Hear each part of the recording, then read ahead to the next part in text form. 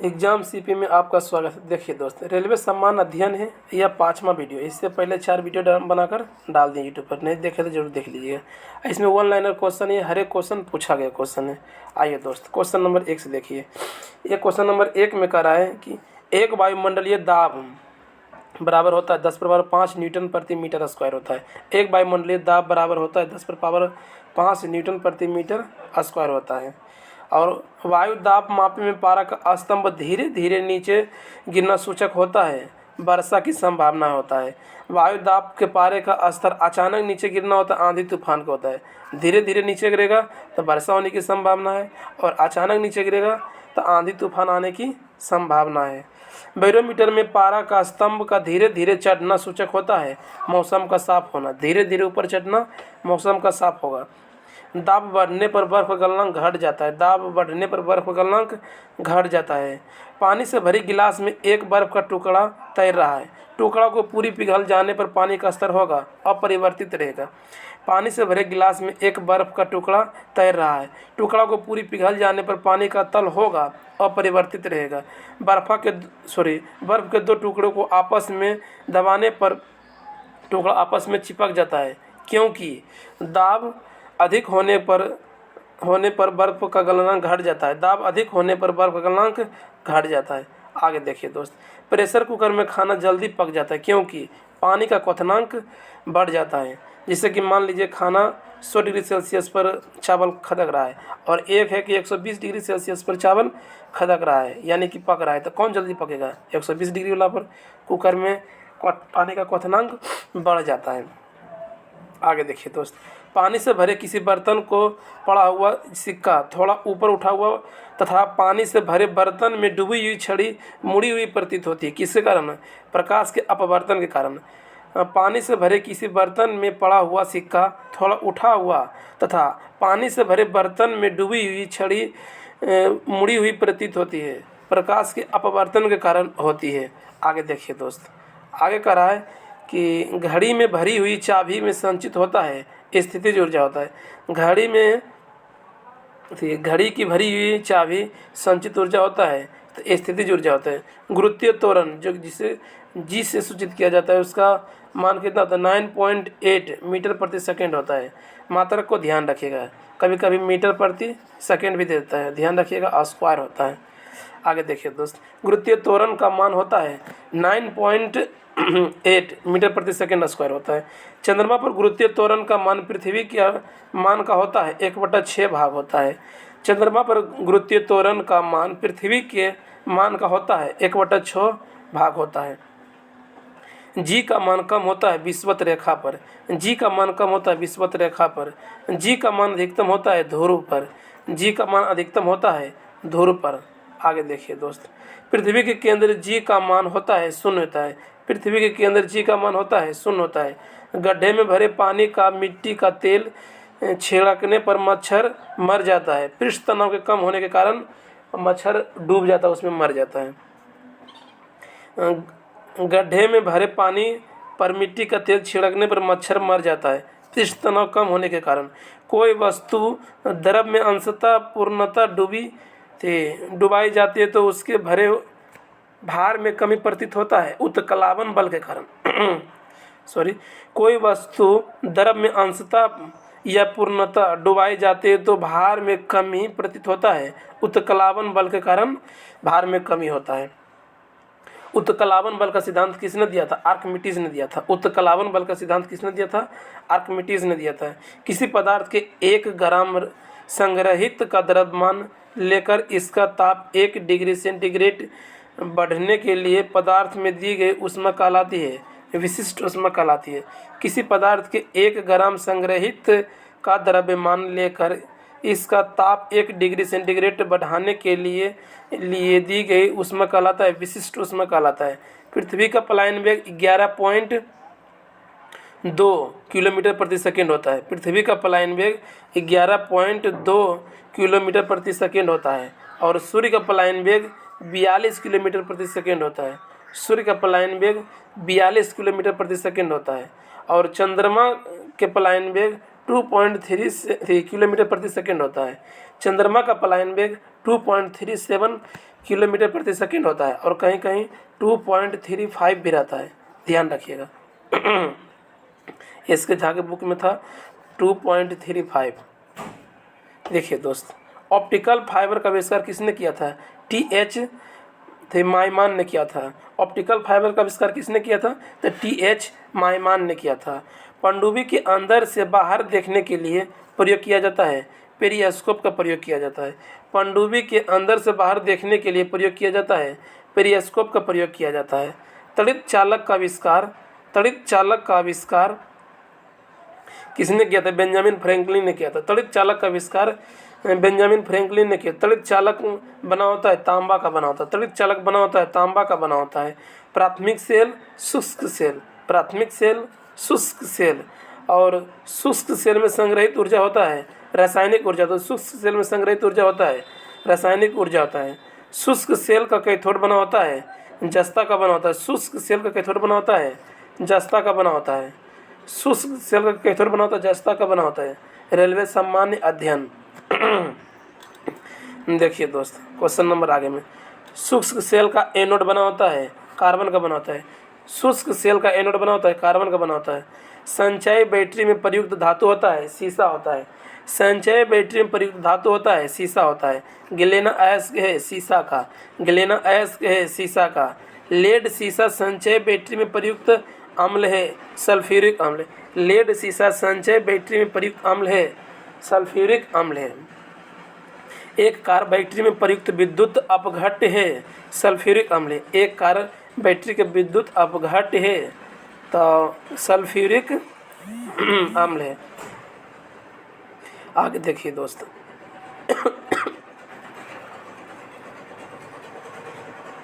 देखिए दोस्त, विद्युत अपघट्ट का अवकरण होता है कैथोड पर। विद्युत अपघट्ट का अवकरण होता है कैथोड पर होता है।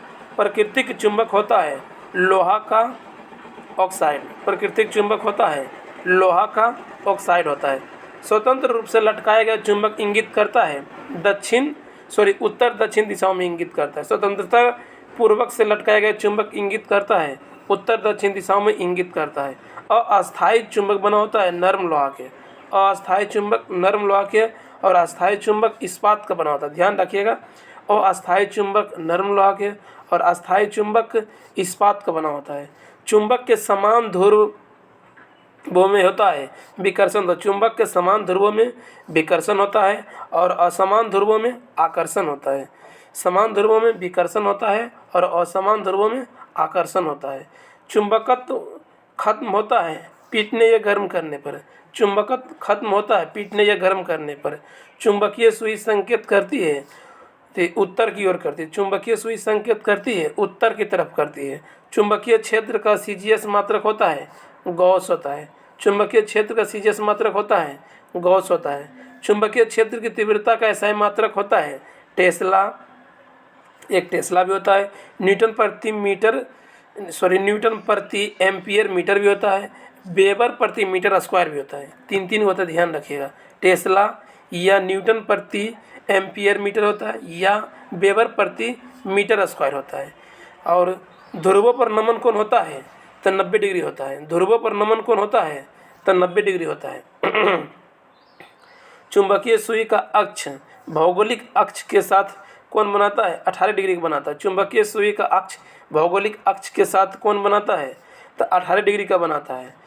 विषुवत रेखा पर नति कोण बना होता है 0 डिग्री का बना होता है। विषुवत रेखा पर नति कोण बना होता है 0 डिग्री का बना होता है। और विद्युत धारा में चुंबकीय प्रभाव को सर्वप्रथम अवलोकन किया था और स्टेट ने किया था। विद्युत धारा में चुंबकीय प्रभाव को सर्वप्रथम अवलोकन किया था और स्टेट ने किया था। डायनमो विद्युत motor transfer microphone loud speaker आदि कार्य करता है विद्युत चुंबकीय प्रेरण के सिद्धांत पर कार्य करता है। डायनमो विद्युत motor transfer microphone loud speaker आदि कार्य करता है विद्युत चुंबकीय प्रेरण के सिद्धांत पर कार्य करता है। डायनमो परिवर्तित करता है यांत्रिक ऊर्जा को विद्युत ऊर्जा में। डायनमो परिवर्तित करता है यांत्रिक ऊर्जा को विद्युत ऊर्जा में। विद्युत मोटर बदलता है विद्युत ऊर्जा को यांत्रिक ऊर्जा में, विद्युत मोटर बदलता है विद्युत ऊर्जा को यांत्रिक ऊर्जा में। रासायनिक ऊर्जा को विद्युत ऊर्जा में परिवर्तित करता है बैटरी। रासायनिक ऊर्जा को विद्युत ऊर्जा में परिवर्तित करता है बैटरी करता है। ट्रांसफार्मर का करोड़ बना होता है नर्म लोहा का बना होता है। ट्रांसफार्मर का करोड़ बना होता है नर्म लोहा का बना होता है। ताप का एसआई मात्रक केल्विन होता है। ताप का एसआई मात्रक केल्विन होता है। आगे देखिए दोस्त, ताप का एसआई मात्रक केल्विन होता है। डायोड से धारा बहती है एक दिशा में। डायोड से धारा बहती है एक दिशा में बहती है। ट्रांसफार्मर प्रयुक्त होता है केवल एसी परिपथ में। ट्रांसफार्मर प्रयुक्त होता है केवल एसी परिपथ में होता है। ट्रांसफार्मर का कार्य होता है उच्च एसी वोल्टेज को निम्न एसी वोल्टेज में बदलना। उच्च एसी वोल्टेज को निम्न एसी वोल्टेज में बदलना। आगे देखिए दोस्त रेक्टिफायर का प्रयोग होता है एसी को डीसी में बदलना। रेक्टिफायर का प्रयोग होता है एसी को डीसी में बदलना। फ्यूज का तार बना होता है सीसा टीन का। फ्यूज का तार बना होता है सीसा टीन का। टेलीफोन लाइन में प्रयुक्त ऊर्जा होती है विद्युत ऊर्जा होती है। टेलीफोन लाइन में प्रयुक्त ऊर्जा होती है विद्युत ऊर्जा होती है। टेलीफोन का आविष्कार किसने किया था? तो ग्राहम बेल ने किया था। टेलीफोन का आविष्कार किसने किया था? ग्राहम बेल ने किया था। घरेलू फ्यूज का तार बना होता है निम्न गलनांक का बना होता है। घरेलू फ्यूज का तार बना होता है निम्न गलनांक का बना होता है। नाभिकीय रिएक्टर में ईंधन का रूप प्रयोग नाभिकीय रिएक्टर में ईंधन के रूप में प्रयोग किया जाता है यूरेनियम का किया जाता है। नाभिकीय रिएक्टर में ईंधन के रूप में प्रयोग किया जाता है यूरेनियम में किया जाता है। सर्दी हुआ है गला कभी कभी फंस जाता है। देखिए दोस्त कैंसर के इलाज में प्रयोग किया जाता है कोबाल्ट 60 का। कैंसर के इलाज में प्रयोग किया जाता है कोबाल्ट 60 का प्रयोग किया जाता है। कोबाल्ट पाया जाता है विटामिन B12 में पाया जाता है। कोबाल्ट पाया जाता है विटामिन B12 में पाया जाता है। कैंसर का अध्ययन ऑन्कोलॉजी कहलाता है। कैंसर का अध्ययन ऑन्कोलॉजी कहलाता है। कीमोथेरेपी का इस्तेमाल किया जाता है कैंसर का इलाज में। कीमोथेरेपी का इलाज इस्तेमाल किया जाता है कैंसर का इलाज में। कैंसर की प्रसिद्ध दवा टेक्सोल किस वृक्ष से प्राप्त होता है? यू से प्राप्त होता है। कैंसर की प्रसिद्ध दवा टेक्सोल किस वृक्ष से प्राप्त होता है? यू से प्राप्त होता है। ORT ओरियल रेक्टिफायरेशन थेरेपी चिकित्सा संबंधित है अतिसार से संबंधित है। ग्लूकोमा का ट्रिकोमा बीमारी है आँखों की। ग्लूकोमा का ट्रिकोमा बीमारी है आँखों की। डिप्थीरिया रोग ग्रसित अंग है गला। डिप्थीरिया रोग ग्रसित अंग है गला। आगे देखिए दोस्त एथिलिक फूड रोग होता है फंगस से। एथिलिटिक फूड रोग होता है फंगस से। HIV की जांच के लिए होता है एलिसा टेस्ट। HIV की जांच के लिए होता है एलिसा टेस्ट। और HIV द्वारा होने वाला रोग है एड्स। HIV द्वारा होने वाला रोग है एड्स। सार्स एक जीवाणुजनित रोग है। सार्स एक जीवाणुजनित रोग है। लेंस की क्षमता की मात्रक होती है डायोप्टर होती है। लेंस की क्षमता का मात्रक होती है डायोप्टर होती है। पावर वाला फार्मूला होता है 1/f। मीटर में होगा, अगर सेंटीमीटर में होगा तो 100/f। ध्यान रखिएगा। आगे देखिए दोस्त ज्योति तीव्रता का मात्रक होता है कैंडेला होता है। ज्योति तीव्रता का मात्रक होता है कैंडेला होता है। और वायुमंडल की आर्द्रता मापी जाती है हाइग्रोमीटर में। वायुमंडल की आर्द्रता मापी जाती है हाइग्रोमीटर में। द्रव्यों का आपेक्षिक घनत्व मापा जाता है हाइग्रोमीटर में। द्रव्यों का आपेक्षिक घनत्व मापा जाता है हाइग्रोमीटर में। बर्फ की गुप्त ऊष्मा होती है 80 कैलोरी होती है। बर्फ की गुप्त ऊष्मा होती है 80 कैलोरी होते हैं। डॉपलर प्रभाव संबंधित है ध्वनि से। डॉपलर प्रभाव संबंधित है ध्वनि से। और समुद्री दूरी में मापने के लिए इकाई है नॉटिकल मील। समुद्री दूरी मापने के लिए इकाई है नॉटिकल मील है। pH मान निर्धारित किसने किया था? तो सोरेनसन ने किया था। pH मान निर्धारण किया था सोरेनसन ने किया था।